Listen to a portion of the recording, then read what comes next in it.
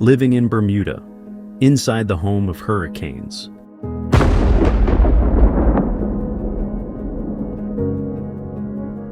Over 60,000 people face Atlantic hurricanes on a rock with no rivers or lakes. Yet this same rock helps insure the world against those storms at immense scale. Storm season turns Bermuda's narrow roads into work sites. Crews clear fallen trees. Roofs and shutters take the wind.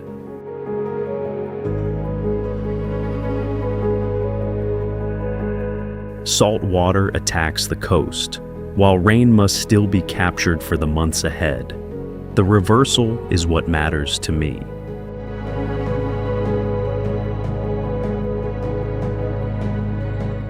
Bermuda does not merely endure risk. Its firms calculate storm exposure across continents, then sell financial protection against the same force pressing on their own shoreline.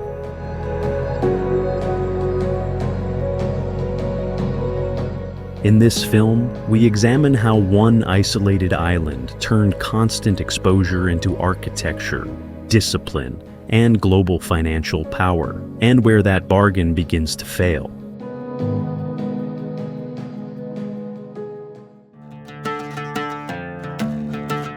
Bermuda limits each household to one car because even short journeys can overwhelm a small island. That rule has held since 1946, on roads squeezed between limestone walls, homes, schools, shops, and coastal inlets. Short commutes still meet bends, bottlenecks, and little room for wider lanes or parking. Vehicle size and ownership stay regulated. Visitors have historically had no conventional rental cars, relying instead on scooters, buses, ferries, bicycles, taxis, and small electric rentals. Ferries cross Hamilton Harbor and the Great Sound directly, avoiding slow road travel around the shoreline. In Bermuda's narrow east-west corridor, water often provides the shorter route. The slower rhythm is not romance. It is geometry, enforced by a one-car law that keeps limited road space from tightening further. After a major storm, branches fall, salt spray coats equipment, power lines are damaged, ferries stop, and debris closes routes. Recovery becomes visible through ordinary motion.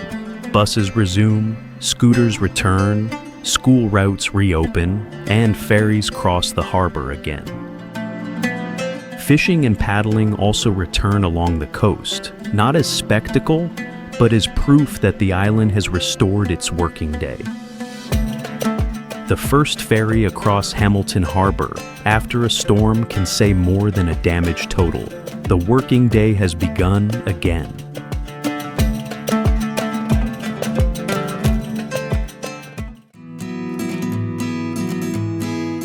Formal power wears shorts here, while public memory moves through the streets behind masks and drums. By the 1920s, Hamilton businessmen had adopted Bermuda shorts, while Gombe dancers now perform openly at public holidays and community celebrations. The shorts grew from British military tropical dress, then became a practical island uniform, with a jacket, tie, knee-length socks, and dress shoes. They remain formal office wear. Business people wear them. So do government officials, legislators, and premiers. Gombe carries a harder history. African, Caribbean, indigenous, and British influences were forged together under slavery and colonial rule. Drums set the pace. Masked dancers execute intricate steps beneath bright costumes and tall headdresses crowned with peacock feathers. Once constrained by authorities, Gombe now keeps Bermudian memory in public view. Adaptation here is not only structural or financial. An inherited office uniform and a once constrained dance now carry Bermudian identity into public life.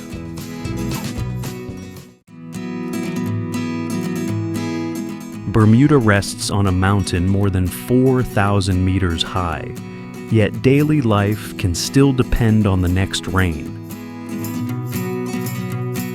An extinct volcano built the foundation about 30 million years ago. Today, no permanent river or lake holds fresh water at the surface. Most of that volcanic mass is hidden beneath the Atlantic. Only its summit remains exposed, capped by younger limestone made from coral, shells, and other marine material.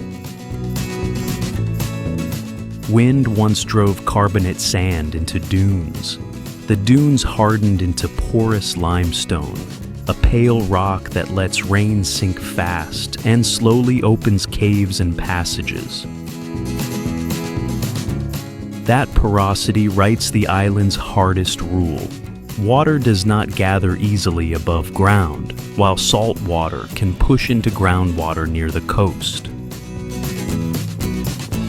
The contradiction is severe. An ancient mountain lifts Bermuda from the abyss, but the thin caps supporting homes cannot hold the fresh water every household needs. In 1609, the Sea Venture was driven onto a reef, and the people aboard reached Bermuda.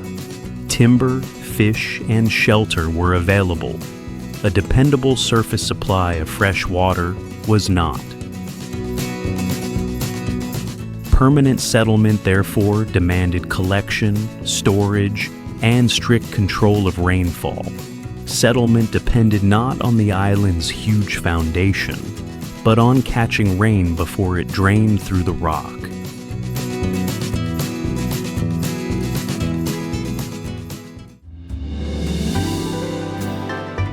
Bermuda had almost nothing to pull from its soil, so it built an export economy from speed. During the 18th century, island yards produced nearly 1,000 Bermuda sloops. The land offered little fertile ground, no mineral deposits, and few natural resources.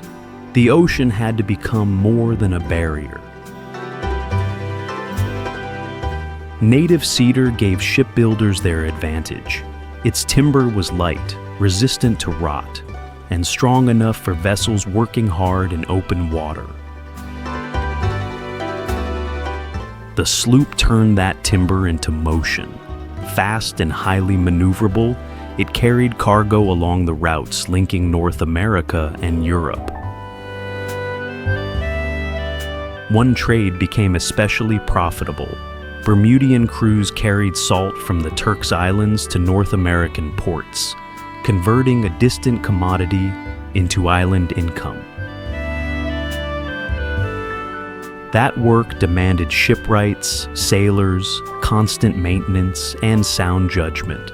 Livelihoods rested on wind, cargo, and the strength of a light cedar hull.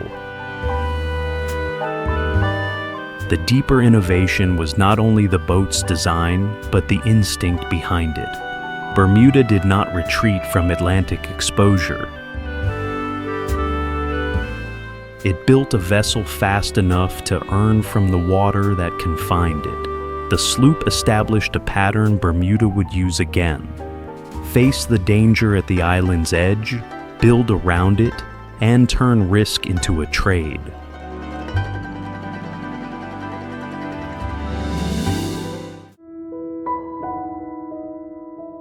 Every Bermudian roof begins with a problem.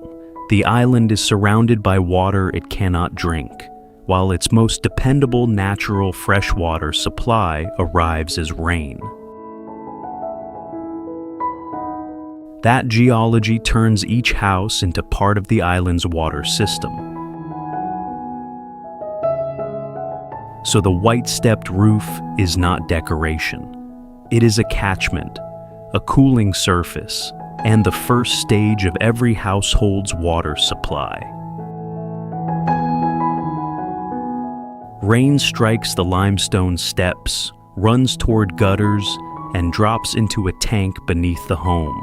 A private roof becomes working infrastructure. Building rules require about 100 imperial gallons of storage for every 10 square feet of catchment. Scarcity is written directly into the house. White stone reflects sunlight, cools the home, and helps keep collected water cleaner. Its weight helps hold the roof down against Atlantic hurricane winds. That double duty matters because the island cannot choose between daily water discipline and storm strength. The same roof must prepare for both. Bermuda's most recognizable design is a strict bargain with the sky. Rain must be captured, wind must be resisted. Across Bermuda, white roofs repeat the same rule: save what falls, reflect the sun, and keep the house intact.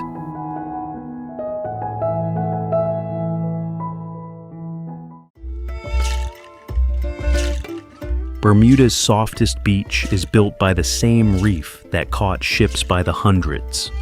More than 300 documented wreck sites ring islands whose pink sand can look almost harmless.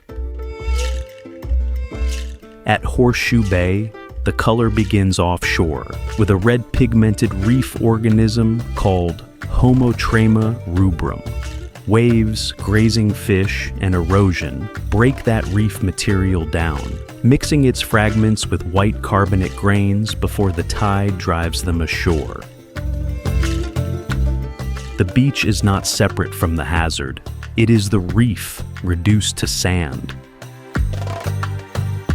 Shallow coral heads, changing weather, and limited early navigation made a major Atlantic route unforgiving. A small error could put timber and iron onto limestone. Now, hulls, boilers, cannons, and scattered timbers draw divers, while the remains give marine organisms new hard surfaces to occupy. Weekly acidic rainwater slowly dissolve the limestone, opening chambers and passages inside the island. During Ice Age periods, lower seas left parts of these caves above the water table, where stalactites and columns formed drop by drop. Later, the ocean rose and flooded the lower rooms. Crystal Cave's clear lake is therefore not a sealed freshwater pool. It connects to coastal groundwater and rises and falls with the tide. Here, beauty never loses its hard edge.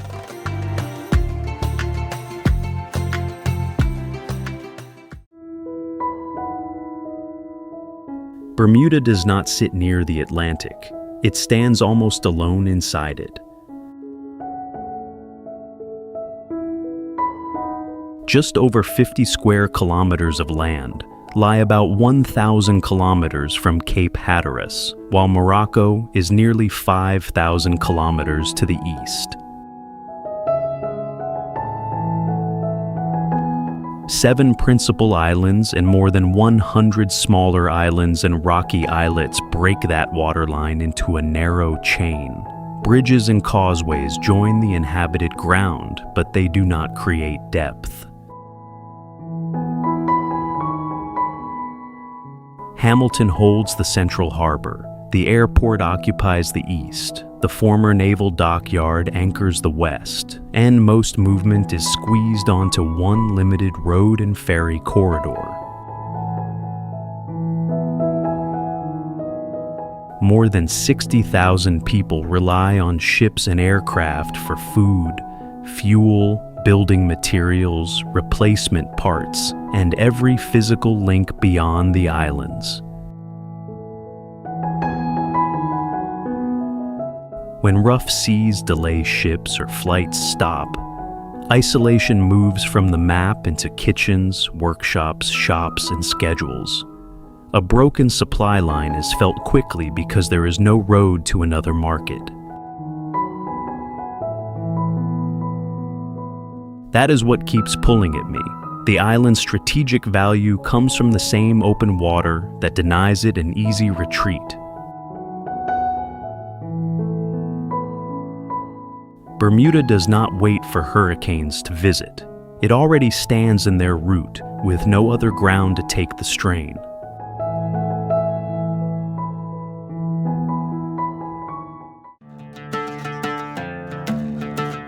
The offices pricing some of the world's largest losses barely rise above a small waterfront capital. Bermuda accounts for about 1/3 of the global reinsurance market and manages roughly $1.5 trillion in assets. Hamilton's skyline stays below the tower of the Cathedral of the Most Holy Trinity. Pastel offices sit close to the Atlantic that drives much of their work. Reinsurance is protection behind the insurer. A primary company pays a premium to transfer part of its possible losses from hurricanes, earthquakes, aviation accidents, or other shocks. That transfer keeps one event from crushing a single balance sheet. The burden is divided among firms and investors across several jurisdictions. The market expanded whenever global capacity ran short, from late-century liability crises to fresh capital after major hurricanes. A shortage of protection became Bermuda's opening. Inside Hamilton, analysts combine property values, building standards, storm tracks, sea temperatures, and probability models. Their calculations estimate losses thousands of kilometers away. The contradiction is physical. Bermuda takes hurricane pressure across roofs, roads, trees, and shorelines, then sells financial protection against similar pressure elsewhere. That is Hamilton's leverage. An island on the storm route cannot erase hurricane risk, but it can price and carry part of the world's bill.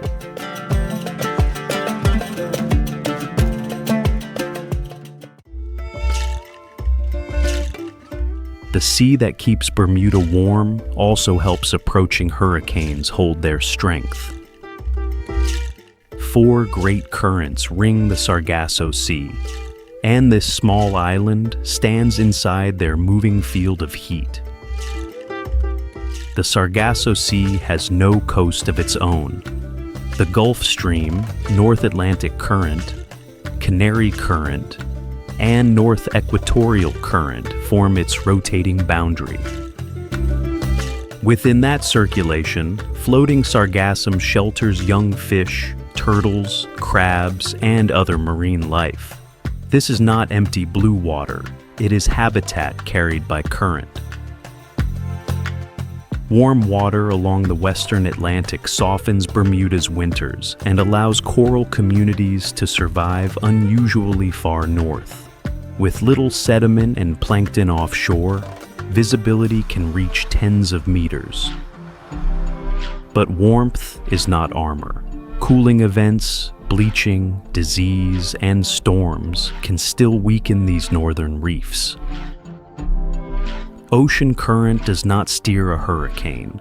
Atmospheric pressure does. Bermuda's position, however, lies close to a common route where Atlantic storms curve northward. As a cyclone approaches, warm surrounding water can help it retain energy. The circulation supporting northern coral also carries a vast store of heat. The contradiction is fixed in the water. The same warm sea supports the reef and softens winter, yet holds heat beneath storms moving toward Bermuda.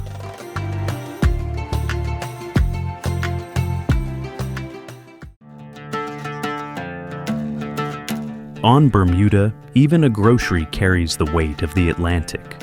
Much of its food, fuel, medicine, machinery, and building material must first cross open water by ship, or aircraft. Isolation adds freight, storage, and handling before a product reaches the shelf. The bill is higher, supply has limits. Land imposes another hard boundary. New homes must compete with roads, water catchments, protected landscapes, and established neighborhoods. High demand then drives rents and property prices upward. There is no distant hinterland for waste, and major infrastructure has no spare interior. Along the coast, seawalls, hurricane shutters, stronger roofs, and raised equipment absorb part of the pressure.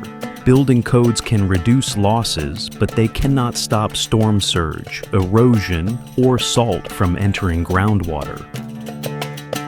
Rising seas tighten the geometry. Roads, homes, and public services already occupy much of the higher ground. So, retreat displaces something daily life needs. Scarcity reaches beyond land and money. Time before the next hurricane season is finite, measured in repairs, cleared debris, and roofs made ready. More than 60,000 people remain, held by families, parishes, schools, familiar coves, and white-roofed neighborhoods. Their attachment exposes a wider rule. Risk can be managed, priced, and lived with, but there is no clean retreat.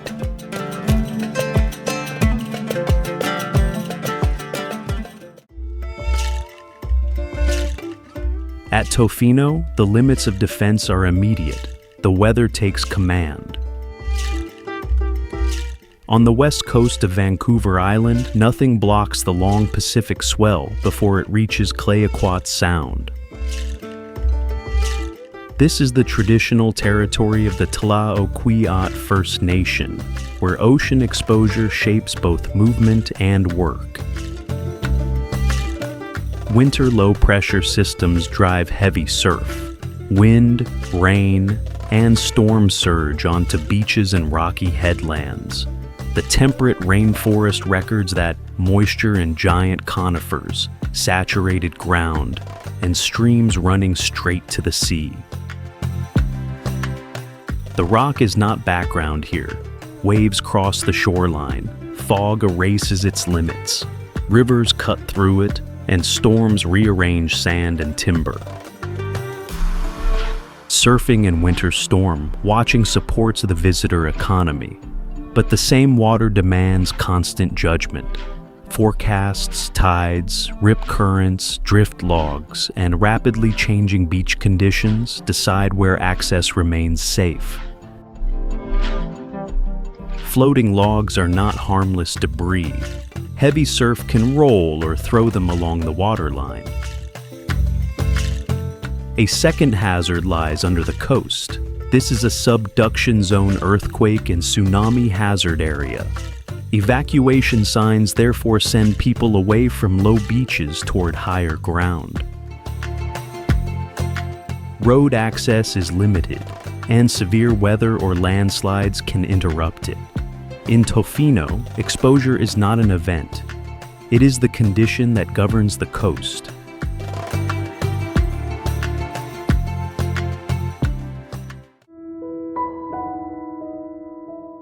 Working harbors find calm only where granite points interrupt the open Atlantic.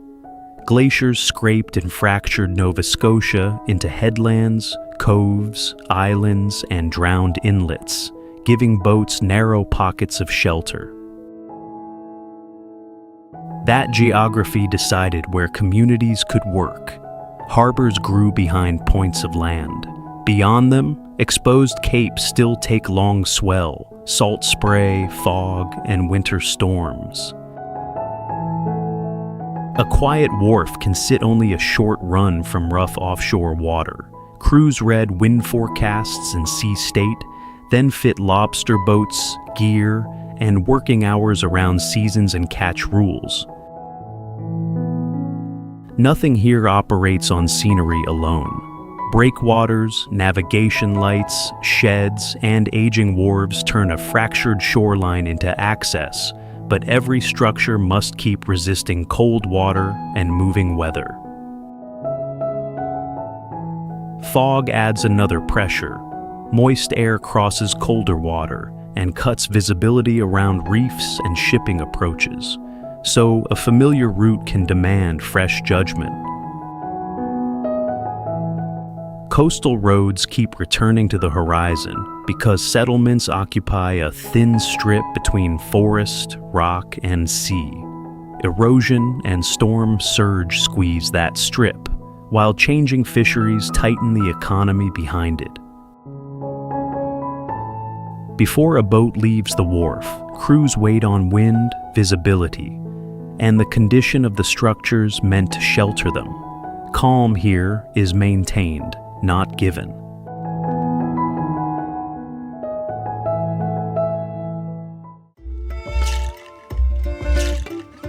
At a port tied to regional trade plans, the decisive work still begins with a hand against timber. On the old harbor beach, wooden dhows are hauled ashore, opened, sealed, and rebuilt under salt and sun. Along each hull, value comes from labor repeated in public. Timber becomes ribs and planks. Fasteners and caulking make the boat seaworthy. Nothing stays finished for long. Salt and sun wear down paint, wood, rope, and fittings, so maintenance always returns. The boatyard connects directly to the harbor economy. Nets, ice, fuel, engines, and the daily fish auction turn hand-built hulls into livelihoods. The timetable comes from the coast, not an office. Winds, currents, monsoon conditions, and available species decide when boats leave shore. Nearby, the deepwater port and highway projects pull Gwater toward a different clock. They place this old fishing town inside regional trade plans. That expansion also raises hard questions. Water supply, access to fishing grounds, employment, land values, and who benefits now sit beside the promise of new infrastructure. Gwater's future may be drawn in highways and deep water berths, but the old harbor keeps a stricter measure. Wood, rope, paint, and repeated repair decide whether the next boat is ready.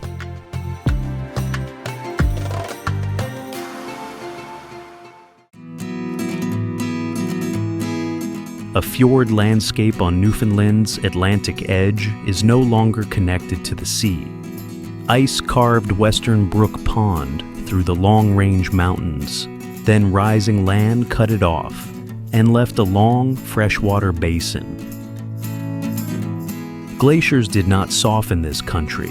They gouged broad troughs, left steep walls, and opened sheer drops from plateau to water. Waterfalls now descend from the high ground.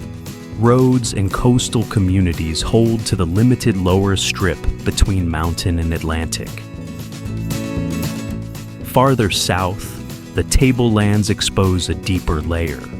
Orange-brown rock from Earth's mantle was pushed upward during ancient continental collisions. Vegetation remains sparse there, especially against the nearby boreal forest. Plate tectonics is not hidden in a diagram. Its material lies exposed at the surface. That exposure helped earn UNESCO recognition. It shows the effects of oceans opening, mountains rising, glaciers cutting, and land still adjusting. Human routines fit into the narrow ground left behind. Fishing and seasonal tourism are shaped by long travel distances, fog, wind, snow, and fast Atlantic weather. Boat excursions can stop when the cliffs disappear into fog. Here, scale is not decoration. It controls access, work, and time. Gromorn does not need softness to carry force. Its cliffs reveal geology without cover, mantle rock, glacial cuts, and a coast still moving.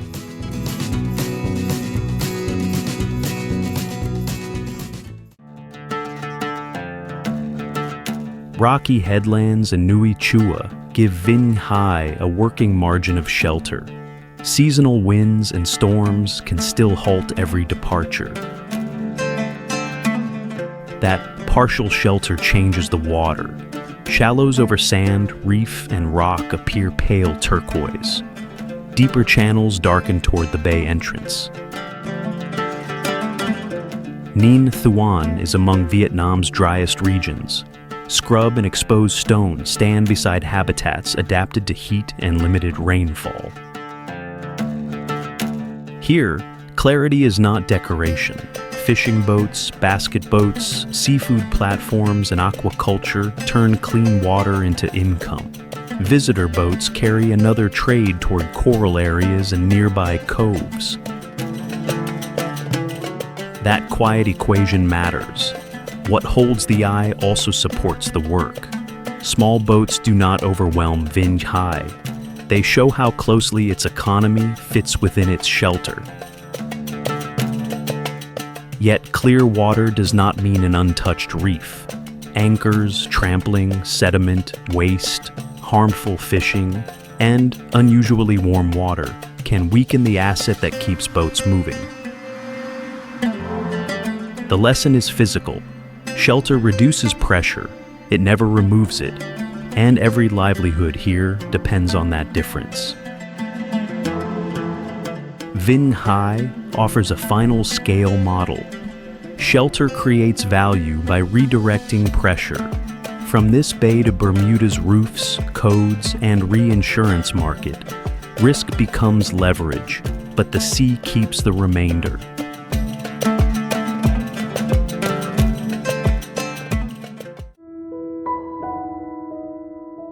A whole settlement survives around a lagoon that no longer survives on groundwater alone. Beside Ica, on Peru's arid Pacific side, Huacachina is a small pool enclosed by immense dunes, hotels, restaurants, palms, and houses. That water once rose naturally from the ground. Extraction across the Ica region lowered the water table, so added water now helps hold the lagoon in place. The scarcity is structural. The cool Humboldt current, regional air patterns, and the Andes rain shadow all help keep this coast dry. Yet the smallest feature carries the greatest load. Tourism crowds the lagoon's edge, while dune buggies climb the ridges and sandboards descend their steep faces. The dunes are not fixed walls. Wind rebuilds their slopes and drives sand toward roads and property, forcing crews to clear what the desert keeps returning. Beyond the oasis, residents, farms, tourism, and a growing regional population draw from the same scarce reserve. Every new demand tightens the contest beneath the sand. The desert romance depends on an exposed fact. Added water and maintenance now support what groundwater once supplied. Huacachina turns water into spectacle, income, and settlement, but it also makes water look alarmingly small. Its finest landscape is also the part most easily depleted.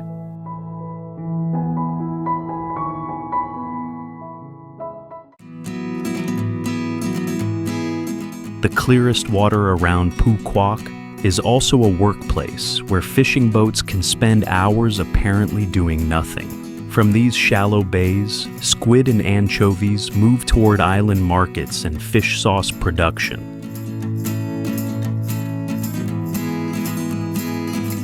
That contrast matters. Clear water sells an image, but a moored hull records weather, fuel, repairs, and the wait for a safe departure.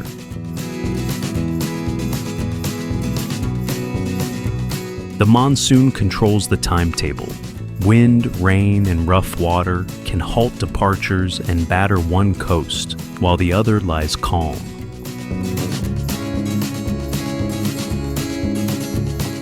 The shoreline therefore carries two economies at once. Fishing villages and pepper farms hold older patterns of work. Roads, resorts, an international airport, and recreation projects press forward.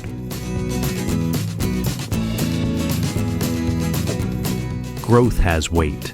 Construction, wastewater, plastic, heavier boat traffic, and demand for beachfront land all bear down on reefs, seagrass beds, small islands, and the marine life they support.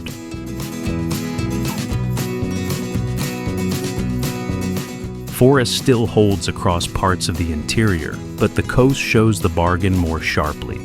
Every new room and road claims land and adds pressure to waste control.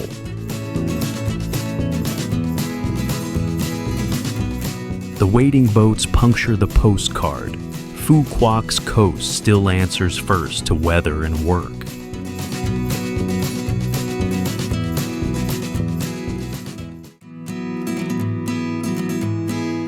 Flights and ferries converge on Khon Son, then the archipelago opens into distance. The main town, airport, harbor, and most roads occupy one island. 15 others remain far less developed. Forested hills rise sharply behind short beaches. Reefs, seagrass, mangroves, and rocky shores pack the narrow boundary between land and sea. Protected beaches serve as nesting ground for green sea turtles. Conservation teams monitor nests and control disturbance, using isolation as practical protection. Distance also carries a difficult human history. French colonial authorities established a prison complex on Khon Son, and later governments continued holding political prisoners there. Remaining cells and memorial sites change how Vietnamese visitors experience the landscape. Here, a protected coast and a difficult human history occupy the same small ground. Flights and ferries remain the only regular links, and either can stop when the sea or sky turns rough, abruptly restoring the archipelago's old distance. Fishing, public employment, pilgrimage, conservation, and tourism now overlap on Khon Son. Expansion can bring income, but it also presses against reefs, beaches, and forests. Open water has kept development uneven and helped protect turtle beaches, while prison sites keep the record of confinement. Khon Jiao's distance is not empty scenery. It still sets the limits of development on every island.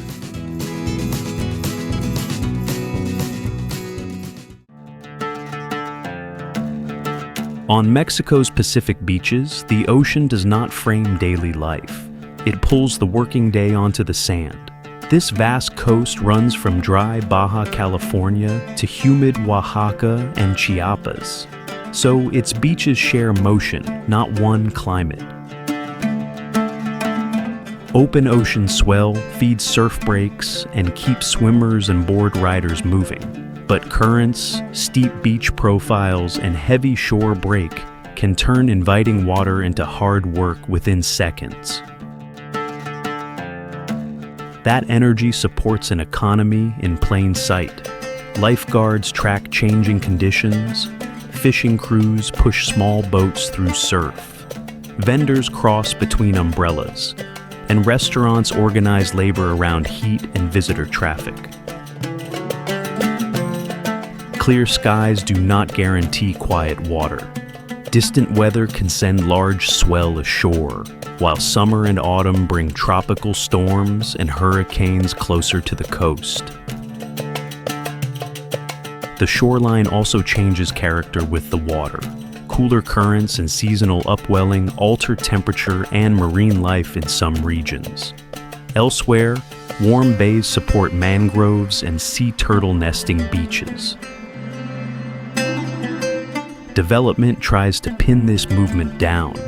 Resorts, roads, seawalls, and beachfront buildings create jobs, yet they can remove dunes, restrict public access, add wastewater, and expose more property to erosion. The sea is never just a view here. Its movement sets work hours, supports wages, pressures buildings, and pulls daily life outdoors.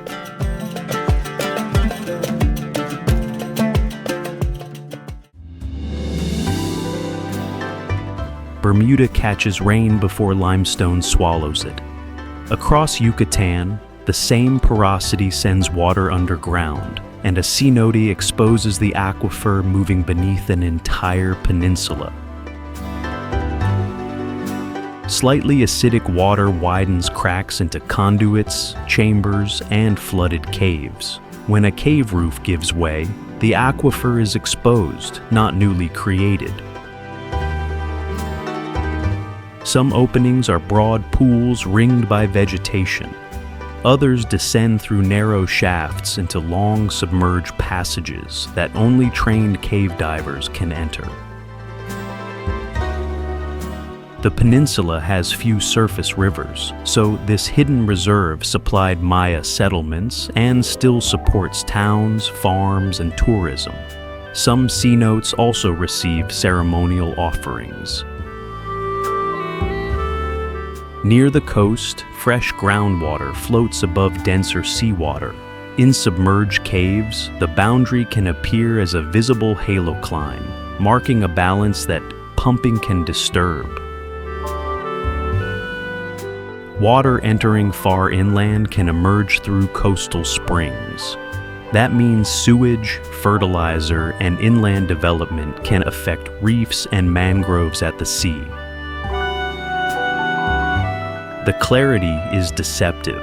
Fractured limestone offers little soil to trap pollution, so contamination can travel through the same channels that carry clean rainwater.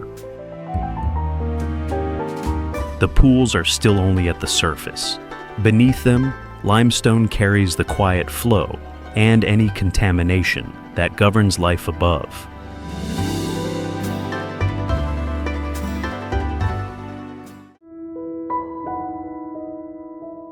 The coral beneath the Persian Gulf survives in water, driven to extremes and crowded by industry. Shallow, partly enclosed water swings from exceptional summer heat to unusually cold tropical winters, while evaporation drives salinity higher. Intense life persists directly below waters whose name is tied to oil, ports, and trade. Tolerance here is not comfort. Coral colonies endure broad seasonal shocks, yet prolonged marine heat waves can still bring bleaching, disease, and weaker reproduction. These are not endless reef walls.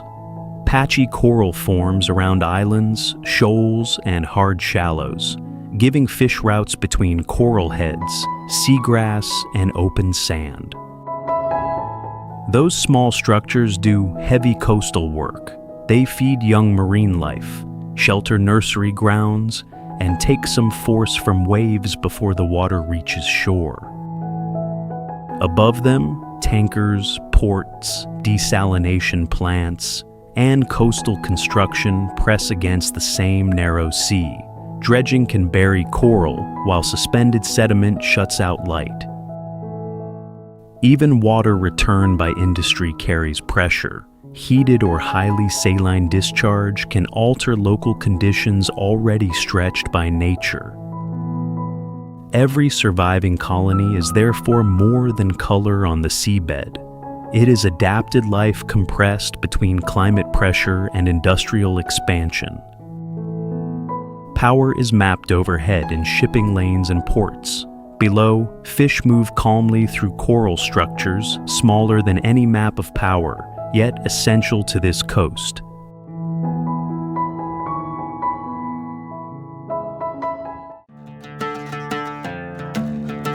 Shanghai turned financial ambition into a wall of glass and steel that makes human scale disappear. Across the Huangpu River from the older Bund, Lujiazui rose after Pudong was designated for development in 1990. The district did not hide its purpose. The Oriental Pearl Tower marked the first great signal, followed by Jin Mao, the Shanghai World Financial Center, and the twisting Shanghai Tower. At more than 600 meters, Shanghai Tower turns height into authority. Banks, exchanges, hotels, offices, malls, and observation decks pack capital and spectacle into the same vertical ground. Below, the machinery is horizontal and relentless. Metro lines, buses, ferries, taxis, delivery workers, and commuters feed the towers, while elevated walkways lift pedestrians above multi-lane roads. That separation is the real engineering feat. Enormous buildings only function when power, transit, lifts, cooling, and maintenance carry daily demands without pause. The river adds another burden. Flood defenses must guard this dense district beside tidal water, even as crews clean glass, service mechanical equipment, and protect the skyline's polished face. Its contrast with low-rise Hamilton is revealing. Lujiazui treats restraint as wasted space and visibility as economic force. Height converts scarce ground into leverage, but every added meter concentrates dependence on power, transit, cooling, and flood control below.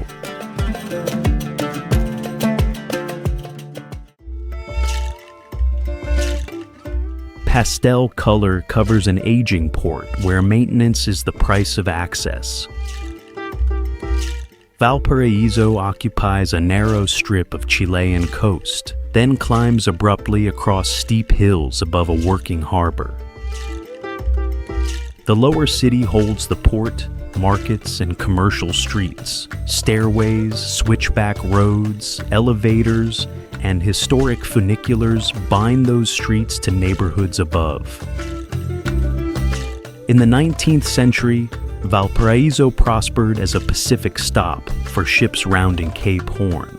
After the Panama Canal shortened global routes, traffic declined and left warehouses, civic buildings, and infrastructure to age in place. Color did not erase that history. Bright paint and corrugated metal cover hillside homes, while murals turn retaining walls and alleys into public galleries. Below, cranes, containers, trucks, fishing craft, and naval traffic keep the harbor productive. This is not a decorative waterfront. It still carries work. The terrain adds another cost. Earthquakes strain older structures, winter rain can loosen slopes, and dense construction on dry ground raises wildfire risk. When a funicular closes or a road is damaged, an upper neighborhood can lose its direct link to the port below. Maintenance here is access, not polish. Pastel houses do not hide the old port or the strain of the climb. Valparaiso keeps its color while moving daily life between steep hills and a harbor still at work.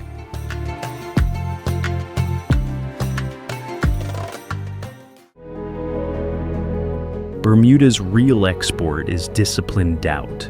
The island assumes that roofs can lift, roads can close, imports can stall, and coastlines can retreat.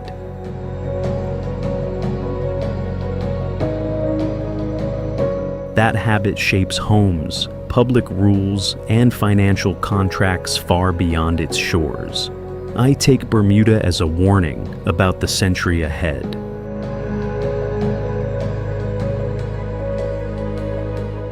As warmer seas raise exposure and coastal defenses grow more expensive, risk will not disappear behind a seawall or an insurance policy.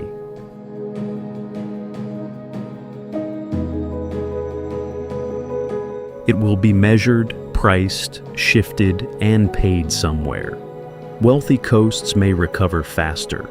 Others may face the same storm with far less protection.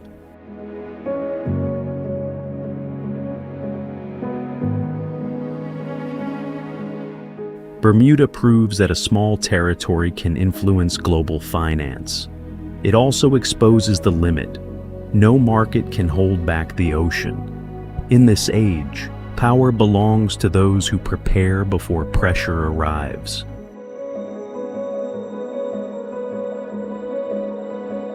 Stay with this series as it follows the places learning to live with rising water, engineered shores, and risk that never vanishes, only moves from one ledger to another.